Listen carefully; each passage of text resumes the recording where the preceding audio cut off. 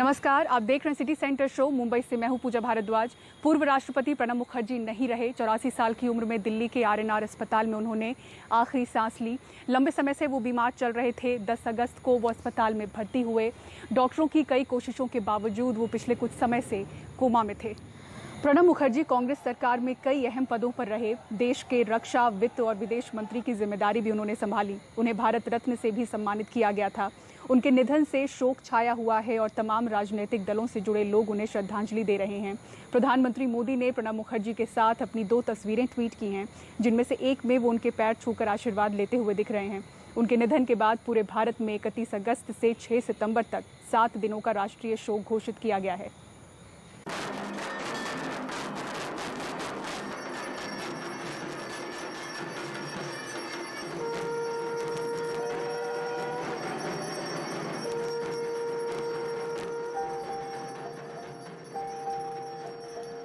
प्रणब मुखर्जी पश्चिम बंगाल में अपने पैतृक निवास में दुर्गा पूजा में हिस्सा लेते हुए। It is a part of our family tradition.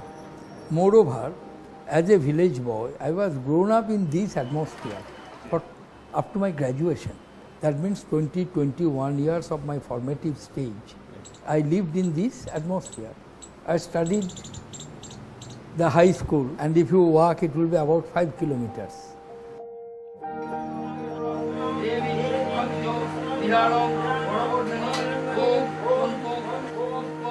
यहीं से एक ऐसा सियासी सफर शुरू हुआ जो लगभग 50 साल तक नई नई मंजिलें तय करता रहा।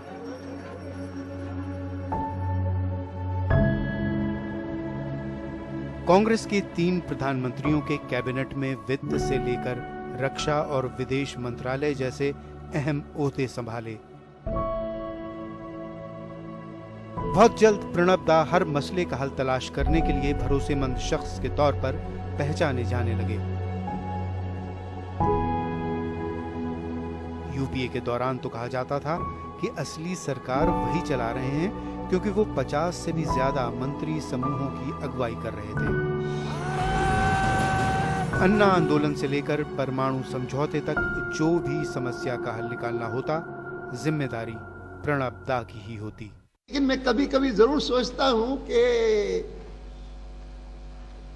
प्रणब जी न होते तो ये यूपीए सरकार क्या करती।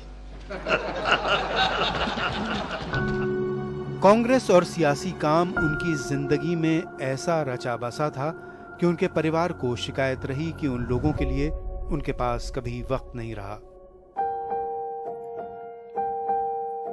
जब मेरा शादी हुआ था ना, तभी उससे मेरा मुलाकात बहुत कम होता था। अब बातचीत भी बहुत कम होता है।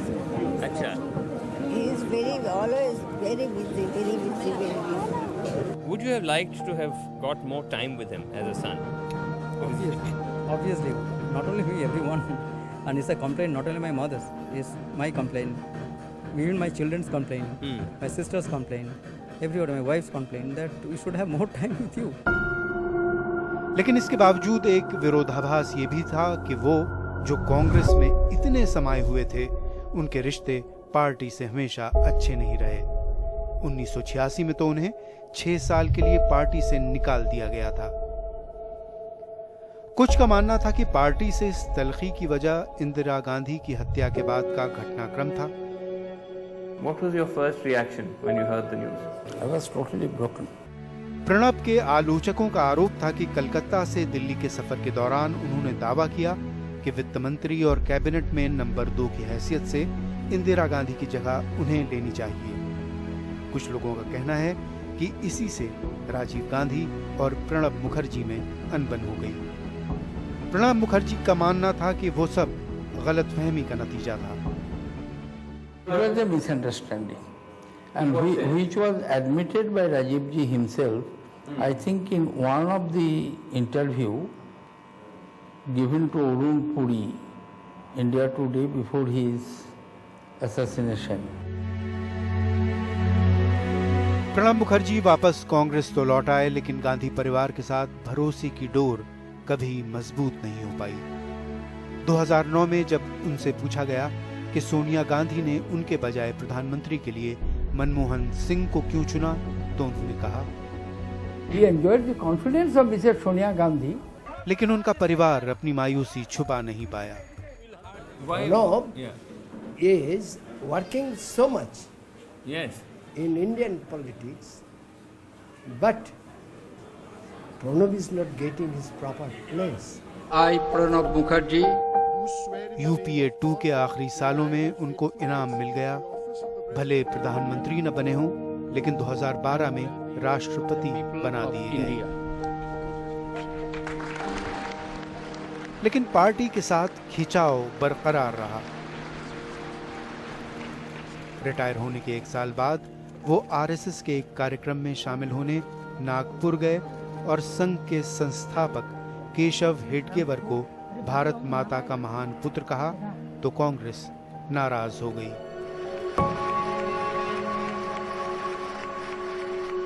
साल भर बाद ही बीजेपी ने उन्हें देश के सबसे बड़े सम्मान भारत रत्न से नवाजा।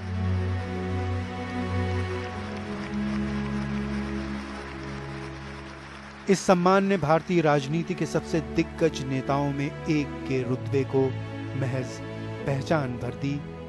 एक ऐसा नेता जो अपनी पार्टी के दायरे से बहुत ऊपर उठ चुका था।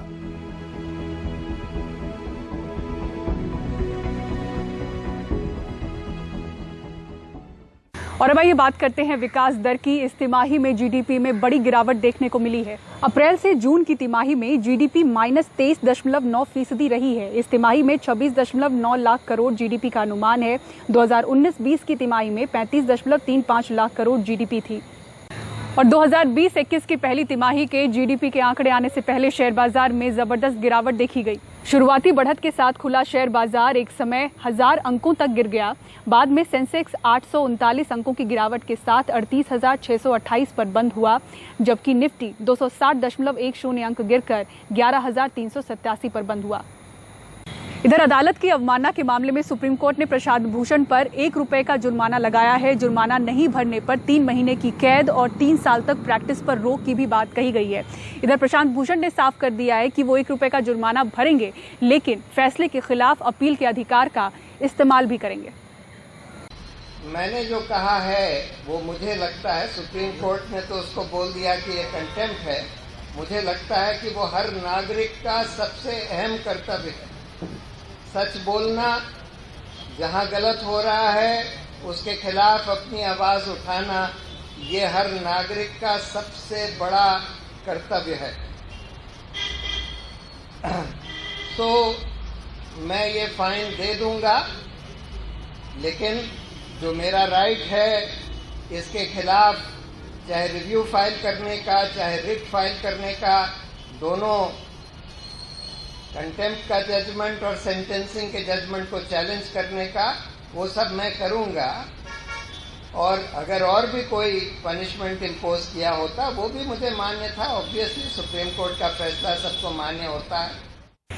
इधर सुशांत सिंह राजपूत मौत मामले की गुत्थी सुलझाने आई सीबीआई को 11 दिन हो चुके हैं। मुख्य आरोपी रिया चक्रवर्ती समेत 10 लोगों से कई दौर की पूछताछ हो चुकी है, लेकिन अब तक लगता नहीं है कि जांच में कुछ खास हाथ लग पाया है।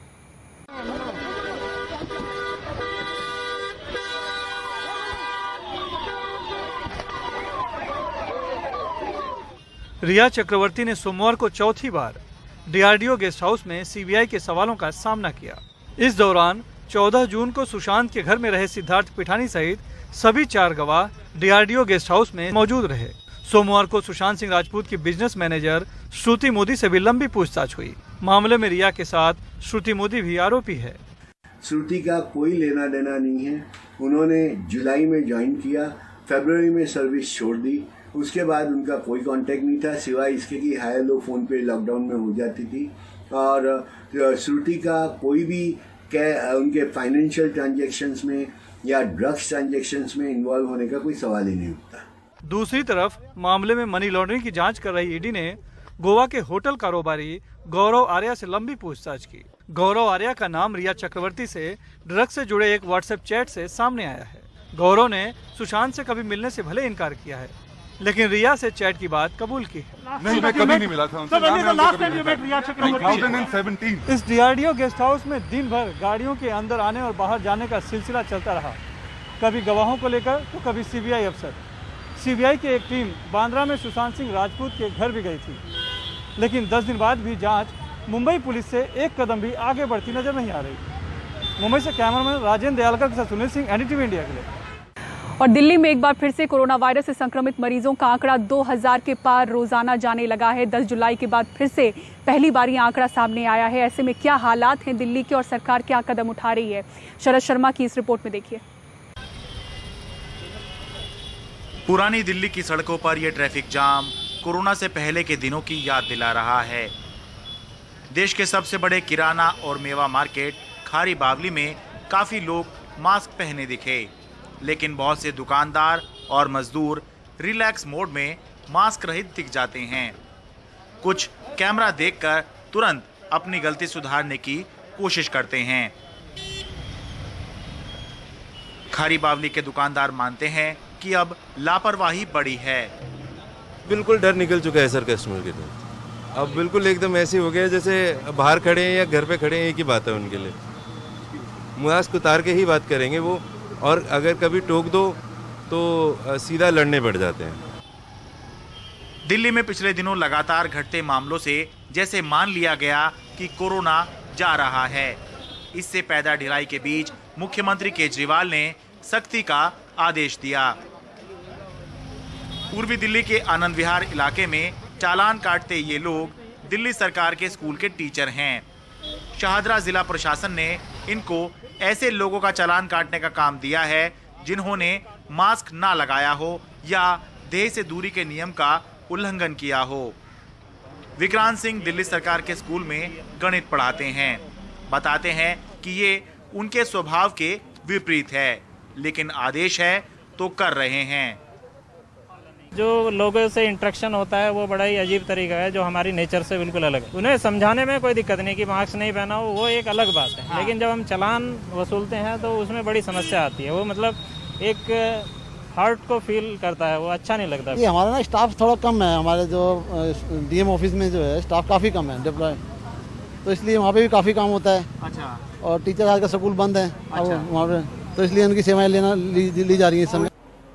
दिल्ली सरकार ने अब तक 265 डिस्पेंसरी में कोरोना टेस्ट का समय 3 घंटे से बढ़ाकर 5 घंटे कर दिया है, ताकि रोजाना 40,000 टेस्ट हो सकें। इसके अलावा 35 हॉस्पिटल में भी कोरोना टेस्ट कराए जा सकते हैं। दिल्ली में जब कोरोना के मामले लगातार घट रहे थे तब सरकार और प्रशासन ने बहुत सी रियायतें दी। अब मामले लगातार बढ़ रहे हैं तो सरकार और प्रशासन सख्ती कर रहे हैं, लेकिन बहुत जरूरी है कि हम आम लोग अपनी जिम्मेदारी समझें और एहतियात बरतें, क्योंकि अगर हम अपनी जिम्मेदारी नहीं समझेंगे, एहतियात नहीं बरतेंगे तो कुछ हासिल नहीं होगा। एक तरफ चालान करते रहेंगे, दूसरी तरफ कोरोना बढ़ता रहेगा। दिल्ली से अपने कैमरा सहयोगी सचिन गुप्ता के साथ मैं शरद शर्मा, एनडीटीवी इंडिया। और एनडीटीवी अपने रिपोर्ट्स में लगातार आपको दिखा रहा है किस तरह से कोरोना वायरस का असर, बहुत ही बुरा असर स्वास्थ्य सेवाओं पर पड़ा है। बच्चों के टीकाकरण में भारी गिरावट आई है, जिससे डॉक्टर गंभीर समस्या मान रहे हैं। मुंबई खासतौर से प्रभावित है क्योंकि शुरुआती दौर में सबसे ज्यादा संक्रमण इसी शहर ने झेला। तेजी से बढ़ते कोरोना ने बड़ों से लेकर बच्चों तक की सेहत पर गहरा असर डाला है। बड़ी संख्या में बच्चों का टीकाकरण नहीं कराया जा सका है। नेशनल हेल्थ मिशन के आंकड़ों के मुताबिक जनवरी से अप्रैल में टीकाकरण में 64% की कमी आई है। नेशनल हेल्थ मिशन के मुताबिक जनवरी 2020 के मुकाबले अप्रैल में टीबी से बचाने वाले बीसीजी के टीके 50% तक कम लगे। इसी दौरान पोलियो ड्रॉप पिलाने में 39% कमी आई। पेंटावेलेंट टीकाकरण जो 5 घातक बीमारियों मेनिंजाइटिस, निमोनिया, काली खांसी, टिटनेस, हेपेटाइटिस बी और डिप्थीरिया के लिए होता है, 68% तक गिरा है। मुंबई में मार्च से टीकाकरण में 60% की कमी बताई जा रही है। Polio, measles, whooping cough, diphtheria, ये सब बीमारियां ज्यादा घातक है। कोरोना कोविड-19 से भी ज्यादा घातक है। और जब अपन ये वैक्सीन मिस करते हैं कोरोना के मिसकंसेप्शन के वजह से, जो हर्ड इम्यूनिटी है इन इन्फेक्शन के लिए, जैसे डिप्थीरिया, पोलियो और मीजल्स, वो कम हो जाती है। और इस कमी के वजह से अपन कम्युनिटी में इसके आउटब्रेक भी देख सकते हैं अगर ऐसी कमी वैक्सीनेशन में आती रही तो। सबसे इम्पोर्टेंट वैक्सीनेशन जो एट बर्थ होता है नॉर्मली, जहाँ पे आपके बच्चे का डिलीवरी होता है, वहाँ पे पहले आपको BCG, ओरल पोलियो और हेपेटाइटिस B, ये 3 इंपॉर्टेंट वैक्सीन एट बर्थ दिए जाते हैं। फिर आपके 3 इंपॉर्टेंट वैक्सीनेशन आते हैं 6 हफ्ते पे, 10वें हफ्ते में और 14वें हफ्ते में, और उसके बाद सीधा आता है 9वें महीने में, जहाँ पे हमें MR वैक्सीन मतलब मीजल्स और रूबेला, ये वैक्सीनेशन, साथ में ओरल पोलियो टीका, ये जो वैक्सीनेशन है ये पहले 1 साल के अंदर के बच्चे लोग में सबसे इम्पोर्टेंट वैक्सीनेशन है। मीजल्स का वैक्सीन मिस करना काफी डेंजरस चीज है, स्पेशली अगर कोई बच्चा इम्यूनो कॉम्प्रोमाइज हो, जिसका वजन कम हो, जिसको पहले बीमारी हो, उसको मीजल्स होने से उसकी इम्यूनिटी कम होती है, ये टाइम पे निमोनिया उसको हो सकता है। डॉक्टरों का कहना है अब माता पिता देर ना करें। इस कोरोना के टाइम पे जब पेरेंट्स लोग बहुत वरीड रहते हैं कि हम लोग बाहर नहीं निकलना चाहते और हम लोग बच्चे लोग को वैक्सीनेशन कैसे कराएं इस खतरनाक माहौल में, तो चांसेस बढ़ जाते हैं कि बच्चे लोग में वापस ये बीमारियां हावी हो सकती है, जिस वजह से बच्चे लोग जो है इन बीमारियों से सफ़र होकर हॉस्पिटलाइज हो सकते हैं। सो हम नहीं चाहते कि बच्चे लोग ज़्यादा इस बीमारियों से सफ़र करें, ताकि बच्चे लोग का डेथ्स कम रहे। एज इफ कोरोना बच्चे लोग में इम्पैक्ट कम दे रहा है, इसके वजह से आप सेफली बाहर आके बच्चे लोग को वैक्सीनेशन कर सकते हैं। ऐसा ना हो कि कोरोना से लड़ते लड़ते हम कई दूसरी बीमारियों की रोकथाम को लेकर लापरवाह हो जाएं। खासकर बच्चों और माओं को लगने वाले टीके की अनदेखी खतरनाक हो सकती है। मुंबई से पूजा भारद्वाज, NDTV इंडिया। और इसी के साथ सिटी सेंटर शो में वक्त हो चला एक ब्रेक का, लेकिन आप कहीं मत जाइएगा। ब्रेक के बाद आपको दिखाएंगे पूर्व मंत्री की सरेआम गुंडागर्दी।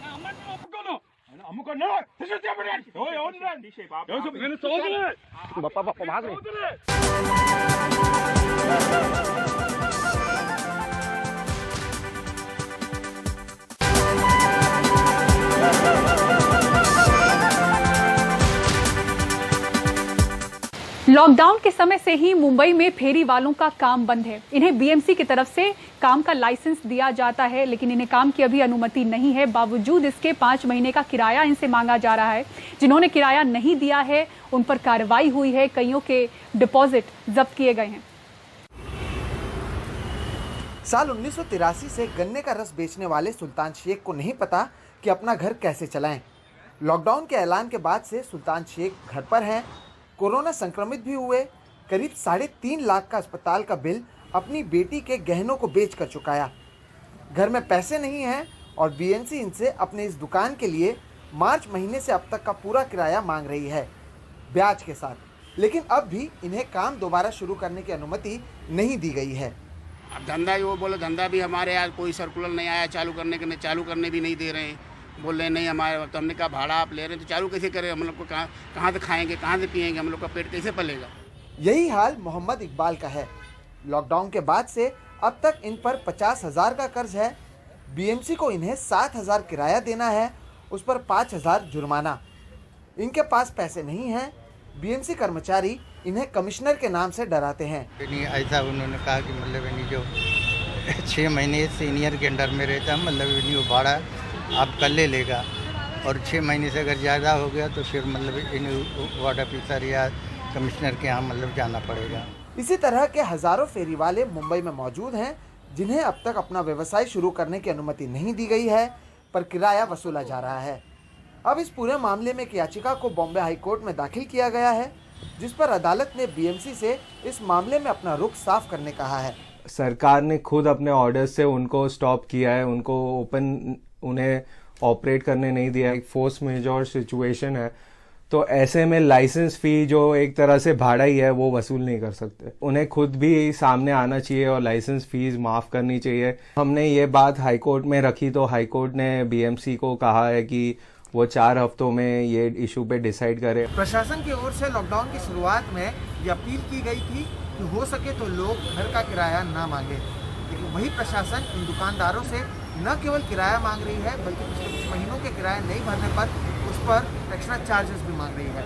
सवाल यही कि जो प्रशासन दूसरों की ये कहता है, क्या वो उनके खुद पर लागू होता है या नहीं। मुंबई से कैमरा पर्सन प्रवीण गिरोहित के साथ सोहित मिश्रा, NDTV इंडिया।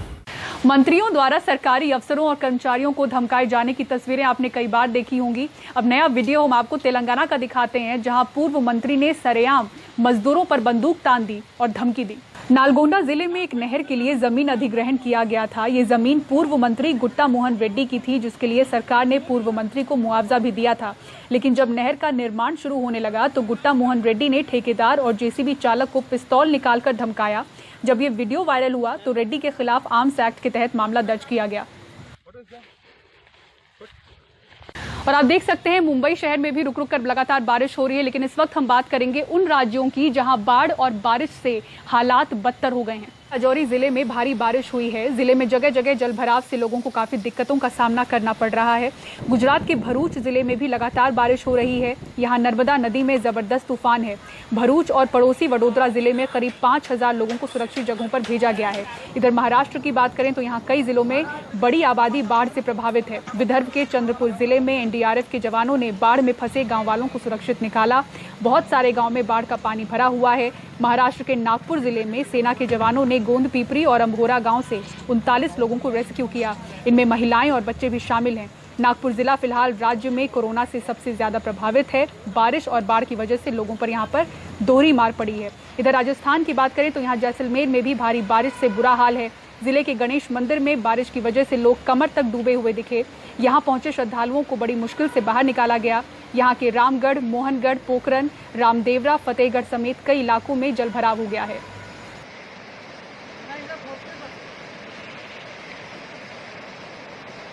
और इसी के साथ सिटी सेंटर शो में मुझे दीजिए इजाजत, लेकिन खबरों के लिए देखते रहें NDTV इंडिया। नमस्कार।